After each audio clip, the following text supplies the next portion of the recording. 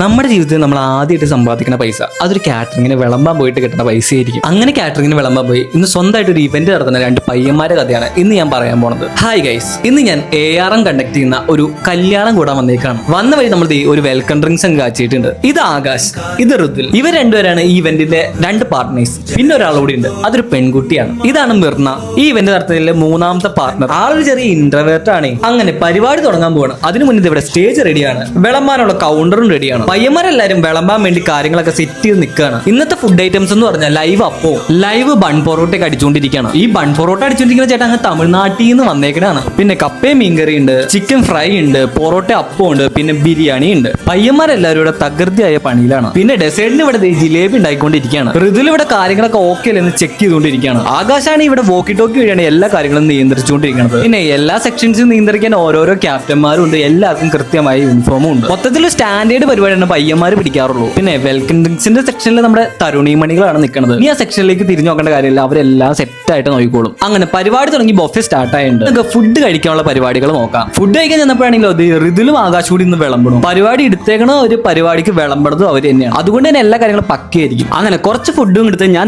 കഴിക്കായിരുന്നുണ്ട്. ചേട്ടന് അവിടെ ഭയങ്കര തിരക്കാണ് പതിവ് പോലെ. അവിടെ വിളമ്പാനും ഉണ്ട് നമ്മുടെ ഋതുല്. നിങ്ങൾക്ക് വല്ല ഇവന്റ് പരിപാടികളൊക്കെ ഉണ്ടെങ്കിൽ ധൈര്യമായിട്ട് പയ്യന്മാരെ ഏൽപ്പിച്ചു. പയ്യന്മാരെ പക്കയായിട്ട് നിങ്ങൾക്ക് സെറ്റ് ചെയ്ത് തരും. പയ്യന്മാരെ നമ്പർ ഞാൻ കമന്റ് ബോക്സിൽ പിൻ ചെയ്തിട്ടേക്കാം. അപ്പോൾ ഇത്രയുള്ള ഇന്നത്തെ വിശേഷങ്ങളും കഥകളും. അപ്പൊ എല്ലാവർക്കും ബൈ.